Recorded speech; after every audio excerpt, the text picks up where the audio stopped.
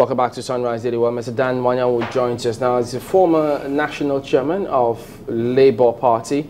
Morning, and thank you for joining us today. I was almost wondering, are you still partyless? Why? First and foremost. Good morning, Chamberlain. Good morning, Sule, and my good friend Mokwe. Yes, I'm still partyless. Why? I mean, many would have thought, you know how politicians move from one party to the other. Are you trying to evaluate the system before you decide where to pitch your tent? I'm not a run-of-the-mill politician. I'm not a political prostitute.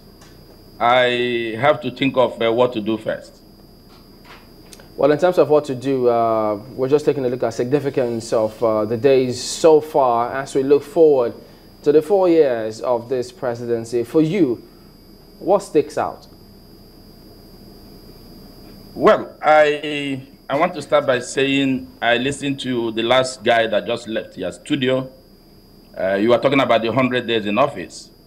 And I want us to first of all understand the perspective of the first 100 days of a presidency. You know, in the United States, we started from the United States. We are carrying their system of government. And the first 100 days in office started in the United States. And Franklin Roosevelt was the first president of the United States to be judged. And why was he judged by the first 100 days in office? He was judged by the first 100 days in office because as at that time, America was in recession. And when he came in, he had to push reforms. He had to push reforms which came under his New Deal to get America out of recession. Within a short period, he was able to push in dozens of bills to the House, and he got them signed. It was a race in revamping the economy. And some of those bills that came out as laws he signed are still valid till today. Some of them expired with the period of the recession. But that is not to say that it is cast on stone. Recall that even Kennedy, President Kennedy, had to set up a committee to look at it. Some other presidents said it's not visible, like Obama. Obama dismissed the first 100 days in office. But by and large, it is used as a measure of success and accomplishment of a president or of a tenure of a president. But we are not in the United States of America. We are in Nigeria, and our system here is different. We are talking of a system that is established. We are talking of a system that has rules. We are talking of a system that almost everybody believes in a rule of law. Almost everybody has confidence that government will not scare him out. So that is the origin of the 100 days in office. As to President Muhammadu Buhari's tenure, I think he has more or less given some direction, and it will not be too good to judge him on the first 100 days in office. It is like we are coming out of recession. One would expect he behaves like President Roosevelt. I don't want him to behave like Obama, that threw away the 100 days in office, because if it is being used as a measurement to check accomplishment and successes, at least you will be in a hurry to get things done, as Roosevelt did. Roosevelt did that, pushed laws, thousands of them came out.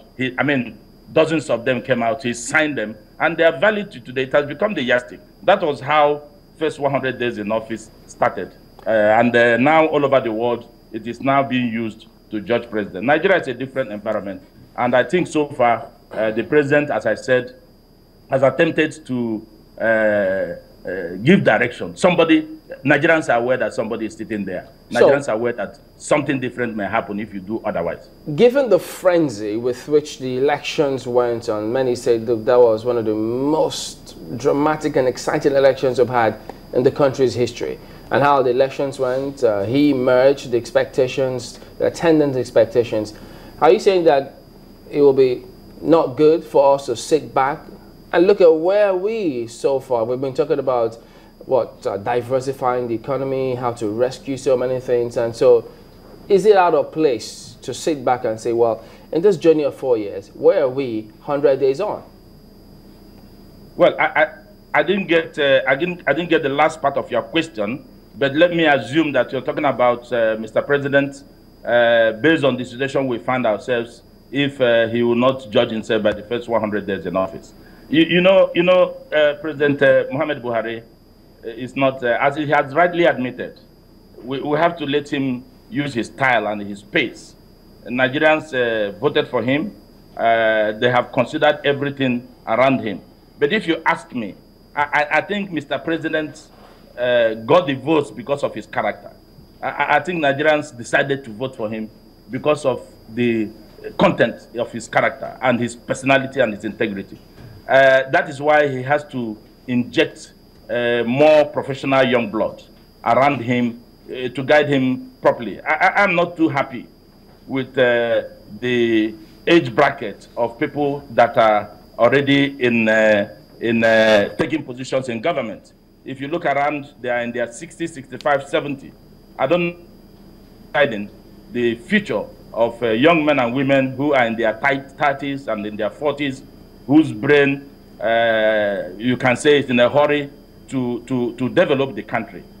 We are no longer in that era, and some of these persons have been around in the past 40 years, 50 years. We should recycle them. Their time has been spent.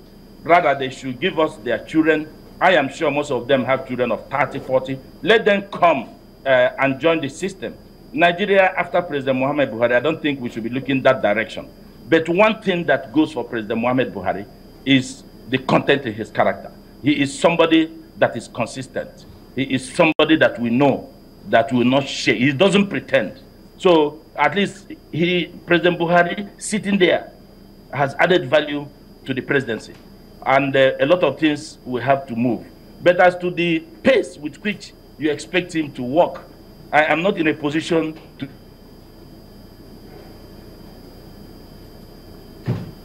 sit on the soapbox during the campaign. There is now a battle between whether this was the manifesto or whether this was said or not said. I don't want the APC